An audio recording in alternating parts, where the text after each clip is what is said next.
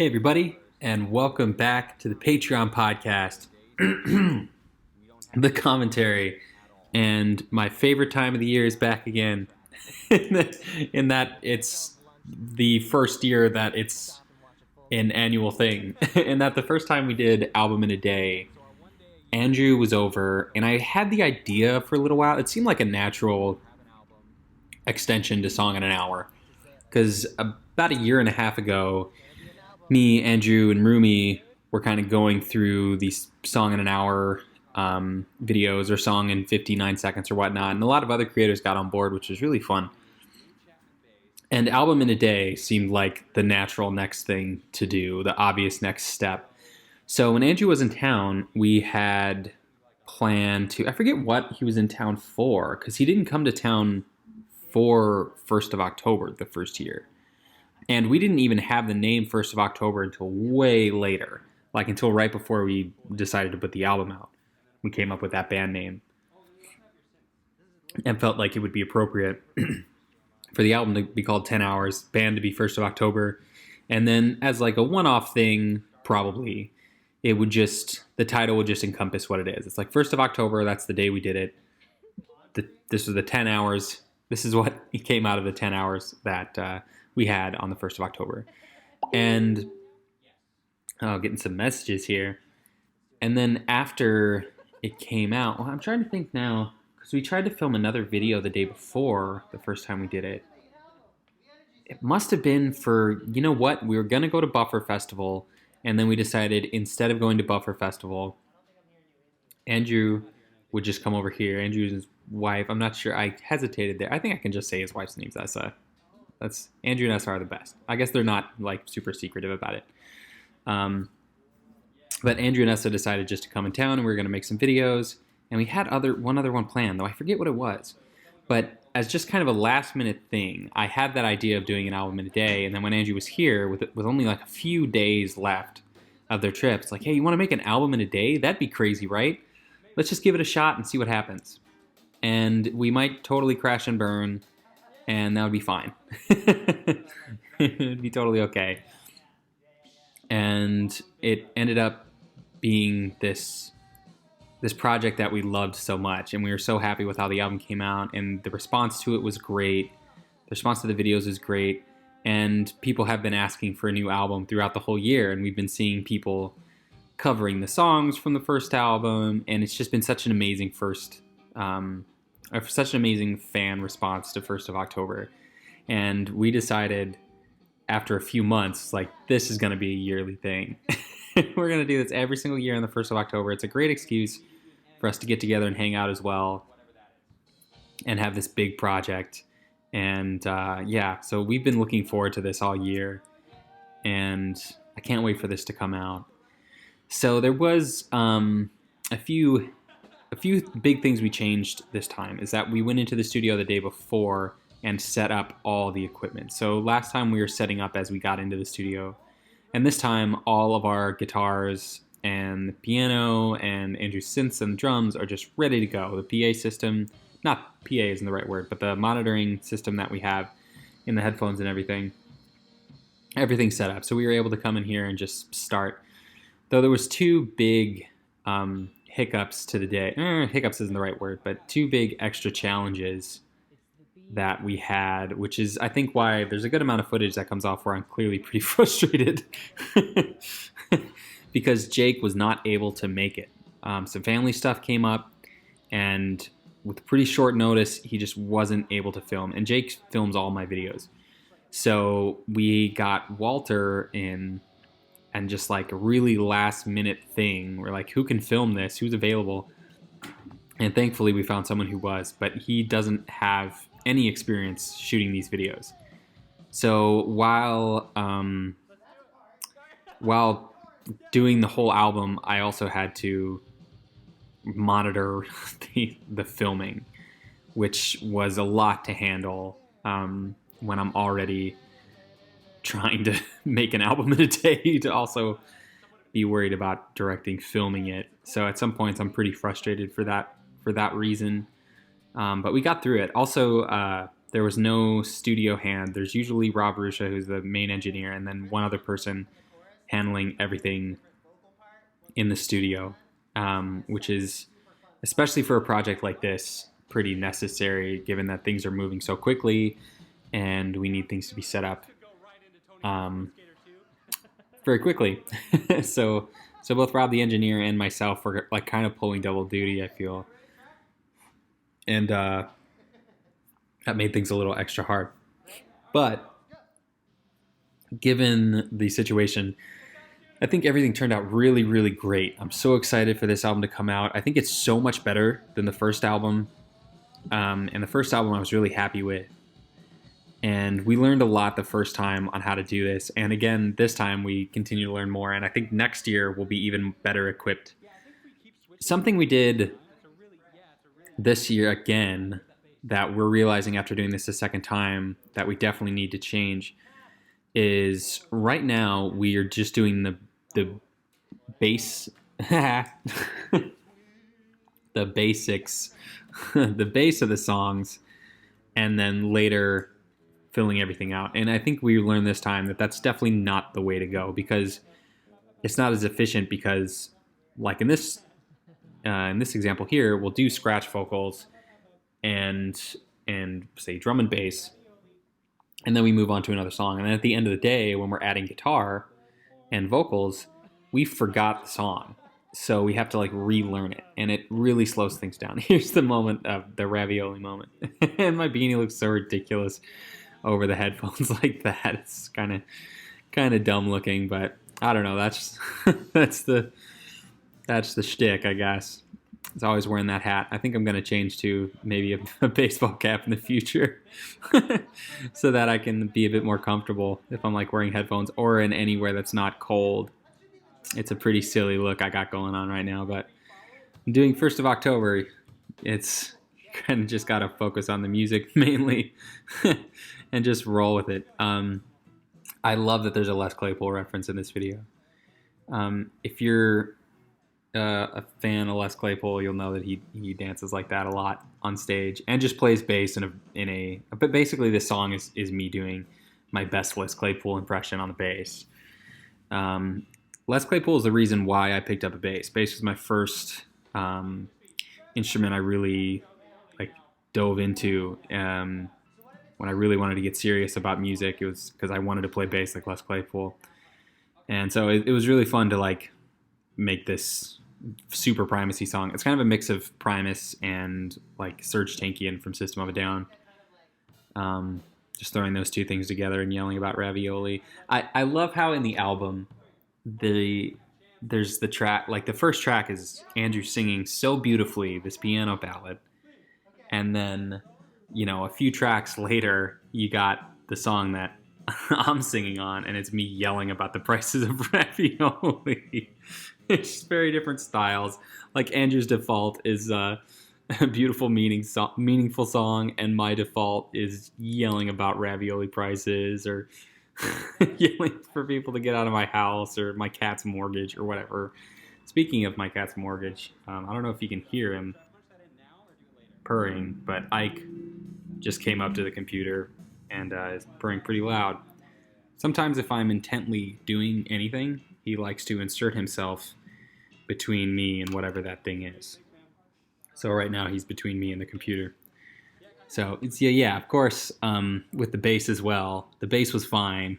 Rob just plugged it into the wrong thing, which is a really easy mistake to do, especially with those big DI boxes that have a million things going on. You just plugged it into the output rather than the input, which I'm glad about. That bass is awesome. I really love that bass, and they only made it for a year. They're discontinued now. And the reason why they're changing them is because they didn't sell well because they were so expensive. Because they're made, just like Dave, it's his signature bass from Chapman. He's in Dorje, Rob Chapman's band, and he just went all out with everything that he wanted. And in his case, that ended up being a lot of really expensive, woods and hardware and pickups. And so they're actually changing it. So I'm glad that I got it while it was available. They gave me one for Christmas, actually, which is like the coolest Christmas gift ever. That and a flying V. So So it's pretty cool being endorsed by Chapman Guitars. And I love that bass. It's so great. And I'm sure the new ones will be great too. But even just like the design of the wood, it's all very over the top and pretty expensive. But that's the thing that he wanted to make, his signature bass. So they had it for a year, and then they're gonna make a more affordable one. But yeah, I'm glad it wasn't. I was confused to why it wasn't working, but of course it was just plugged into the wrong thing. This one was actually, we had all these plans to add guitars. I don't know if we talk about it too much in the video. There's quite a lot of stuff that got cut. We do have an hour-long version that we'll probably release in some capacity sometime, but for now, the half-hour-long is plenty. A half-hour-long video is still quite the commitment. But this song, we wanted to have big guitars in the chorus coming up, and then vocal harmonies, and we ended up just having to scrap all of that pretty much. And then this scratch vocal harmony that I did at the end that I never intended to be on the album, I was just messing around because we had such minimal stuff for the song, we ended up putting it in at the end. And I think it actually turned out pretty cool. I mean, my singing kind of ruins it a little bit, and if we want to really go after that song later, we can. And for this case, having us both on the first track at the end, I think is appropriate. So yeah, we did use the nylon string for one track, but this song I just started strumming and was like, this would be cool for piano. And then we realized, no, let's bring it over here. The 12 string, we really got a lot of use out of.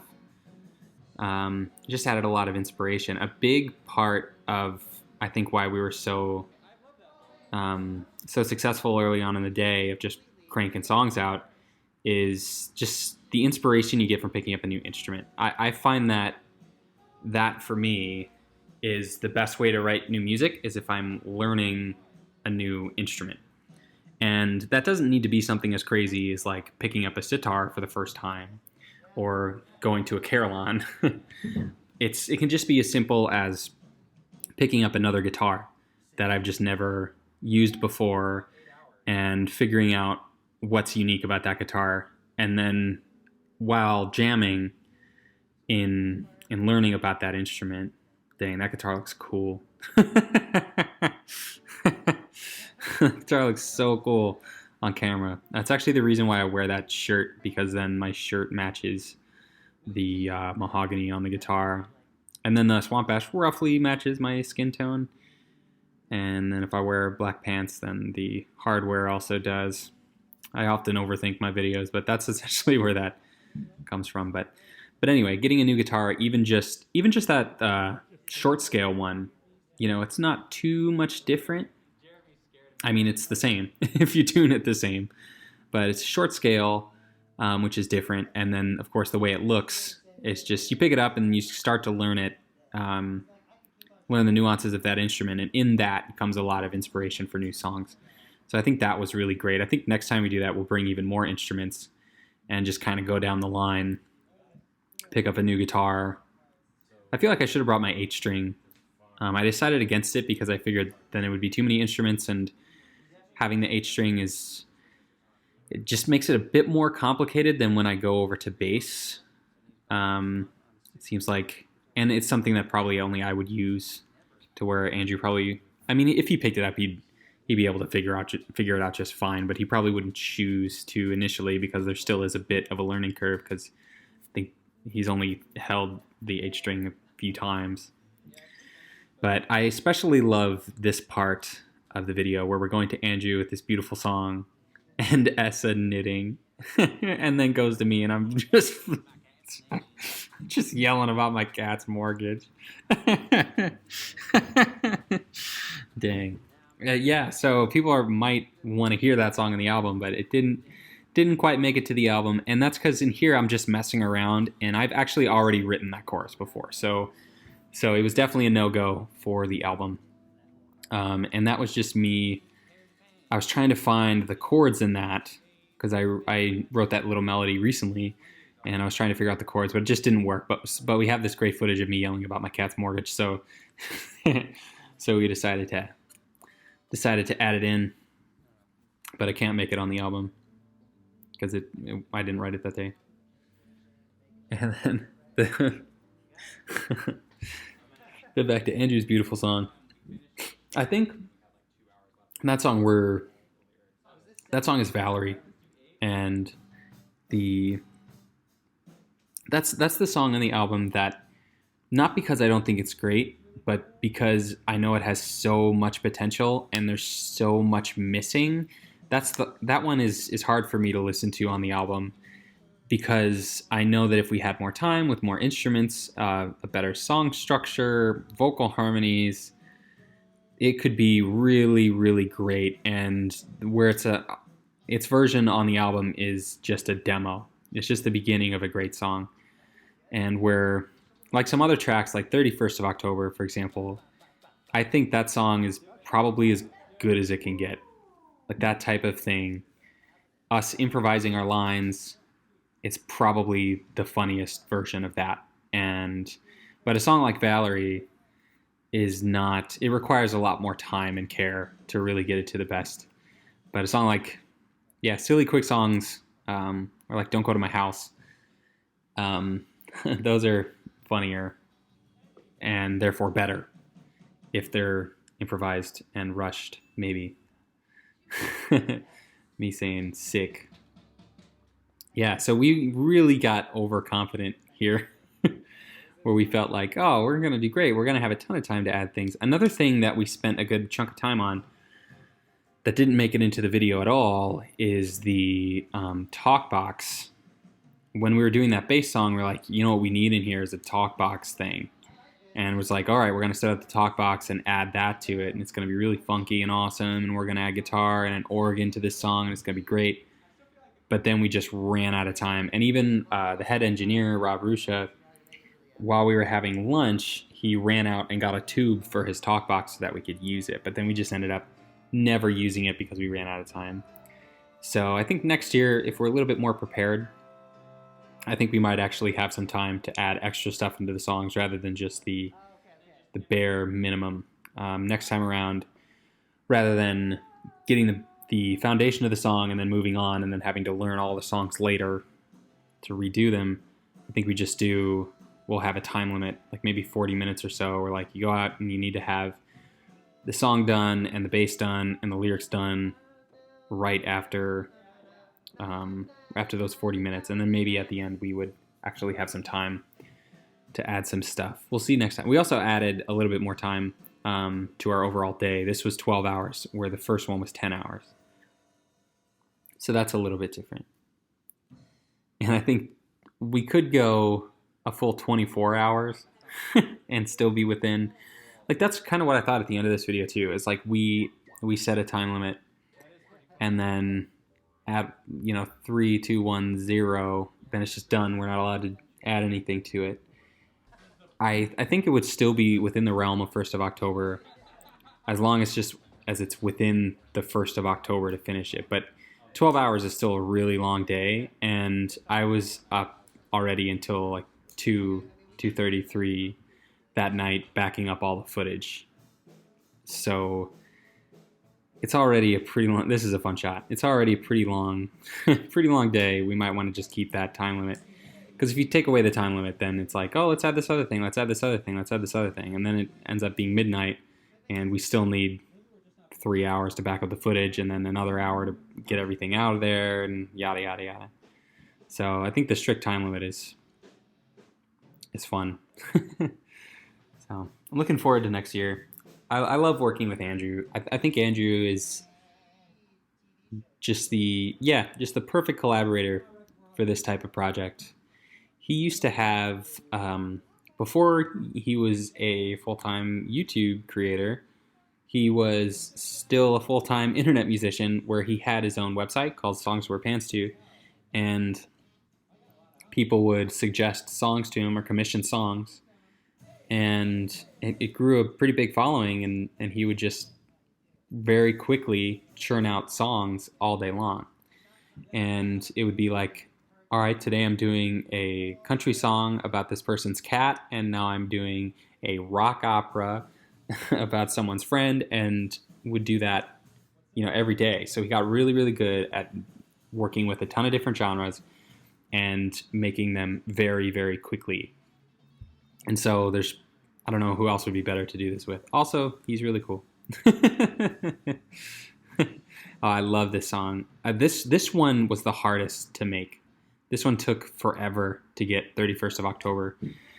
And I think it was the 10th one that we did. And we were really running out of steam at that point. So you can see there's a huge gap between like making the 8th song and making the 10th. The 9th and the 10th took a long time. So, so now it's crunch time to finish all these things. And there was a few moments here where like, oh yeah, this is fun. I'm so glad with how this turned out because I think 31st of October is really fun, and it's just improvised. We had I got a fine selection of everything Halloween you need. I knew we wanted that rhythm. I got a fine selection of everything that is Halloween is what I originally said. But I just kind of improvised there and had a different thing to say. I got a fine selection of everything Halloween you need. Is pretty cool. And then just having the concept of the 3 houses and the third is Old Man Jenkins. which is pretty good. At the beginning of the day, we tweeted out, give us suggestions, but we didn't end up using them. Like, give us suggestions over Twitter. But we didn't end up using them. And I don't think we'll do that in the future. Like, it's a fun interaction thing, and it's cool that if you're, like, on Twitter on that day, you can, like, have part in the album. But it's just not... That stuff doesn't really work. It can. But I think in this situation, it's just another thing to do. And it takes away from the actual songs. And I don't think... At least in my case, I found that... Hey, give me lyrics to write a song about, or like we're gonna do, or other YouTube series, which is like we're gonna do 5-word songs. Let us know what the 5 words are. It's like you end up getting like 1,000 things that you just don't want to do, and then there's maybe 1 in 1,000 that would be something that you want to pursue, and it's just so much sifting through stuff because a lot of the entries are just like random gibberish, and I think it's more fun to pull from some personal experience or just some silly inside joke or just, I don't know, something more on the fly. But again, that's just the way, I'm certainly no lyrical genius, but I don't know if we'll do that next time. It's really cool for like engaging the audience, but I found it to be a bit of a distraction. Yeah, that Jackson guitar, the yellow one, is pretty cool. I just found it on Reverb and it was $150. I was like, yeah, I'll get that. And I even thought, like, for this one, since it's a short scale, you can tune it up a whole step, and then I can play G major, but be an A major. Because G major is my main. It's really good, too, that in this shot there's no blatant Jimmy John's product placement. It's clearly what it is, but there's no full-on label that you see. There is some Dunkin' Donuts labels, I guess. Also, I love that when we're talking about Parks and Rec, it's filmed like it's Parks and Rec. It's pretty cool. If you haven't seen that show, it's real fun. That's what that show's about, is a character, Ben Wyatt, who loves calzones. And, yeah, geez, getting down to the last hour, you start to get real fried, and then it's just whatever's the first thing that comes to your head, you just gotta write it. Yeah, and that's also how I'm feeling today. Just got back from another shoot earlier. We've been doing all these videos where we have an expert at a certain instrument on I almost said on the show, on the channel, and then I just sit with them and learn about the instrument. We did one with the koto today, which is a Japanese instrument, sometimes referred to by English speakers as the Japanese harp, because it kind of does work like a harp. And I love that shot there. The beanie's so ridiculous. It's so silly. It's like, why do you have this towel? Like, it's pretty hot in there. like it's Yeah, it just doesn't really make sense for me to have it on. So, but anyway, so we were filming with the Koto today, which was something that was really different about that was that the Koto player is from a school of Koto. Family runs the school, and she's been playing since she was a little girl, and she's an incredible player, and she does not speak English, so we had a translator, and having the translator between us was definitely something very new, but I think it turned out great. Like, it's going to be um, a different type of video edit because I'm essentially talking to one person, and then there's a delay, and then we hear from another person. But I think with Jake's editing, it's going to turn out great. I don't know if Jake's listening to this. Hey, Jake, I'm sure he's going to do an awesome job. But that was pretty cool, and I think we didn't quite know how it was going to work out with the translator. But once we spoke to them a little bit, it became clear that they were really excited for it, and that we were going to have a lot of fun filming. And ultimately, that's going to lead to great footage, even if there is, a bit of a delay in correspondence given the language barrier. But it turned out great. It was really fun. The koto is an absolutely beautiful instrument. So I was just there. So in Uptown, this is Studio East. And there's two identical studios at Uptown. And just on the other side, to Rob's left there, through that door, is a little area, bathroom, and then on the other side is this exact studio, just mirrored on the other side. We've never filmed there. And it was super weird filming there because I filmed in Studio East so many times. It felt a lot like, Mario Kart, when you can do a mirrored level where it just flips the level around and then all the right turns are left turns and vice versa. It was like that. So I would love to do a video in Studio West soon and just not mention it and see if anyone notices that like everything is just turned around. It was so funny. I love the shots of Rob Rusha laughing in the studio. I'm so glad that we had that camera set up. I after like the fifth song or whatever, I put that camera in there and that light to make sure we got footage of Rob and his reactions. Yeah, I think I'm writing October 1 there. It is. Someone did point out from the track list, because I posted the track list on Twitter, how funny it is that there's there's one song name that's 1st of October. There's another song that's October 1, and then 31st of October, and then one that is we didn't have time to put lyrics on this. Just so funny. It's like clearly this was made in a day. And some people have asked if we go in, or if we were planning on going into this day with concepts, and the answer to that is definitely not. We don't want to come into a 1st of October album with anything pre-planned at all. So hence song titles like we didn't have time to put lyrics on this one. I do, depending on what, I don't know, things I might be interested in at the time. I was thinking at some point in the day, I really wanted to, when we were filming, I really wanted to do a song called Neubauer Power in an honor to Jonas Neubauer, the Tetris player.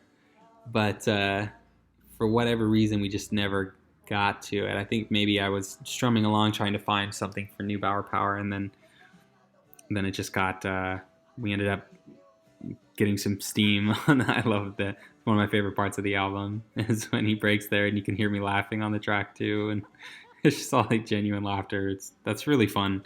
It's a really fun thing about the album is stuff like that is on it. It's not something that happened and then we decided to redo it. Like, we don't have time. So if Andrew just cracks up in the middle of the line, we just got to keep it. But yeah, I think we started, I was trying to find something from Neubauer Power, and then I don't know what song we were doing. Maybe it was a Halloween one, who knows. But we ended up getting on a good roll with something else. Yeah, 4 minutes. So that bass song that we were doing lyrics for there, or that we're about to do lyrics for, that song in the final album is 2.5 minutes or something like that. And we were originally planning on it being 4.5 minutes. So it was a long song. So when Andrew says we only have 2 minutes and 30 seconds left, in the final album, that means, okay, we have time for one more playthrough, but that meant we have less song or less time than we have the rest of the song. So Angie just started doing this, which is why there's that synth at the end of the song.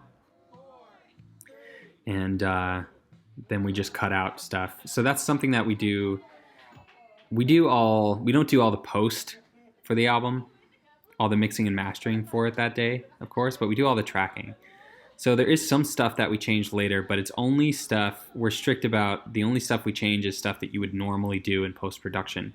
So like there, for example, the song that we recorded was 4.5 minutes long, roughly.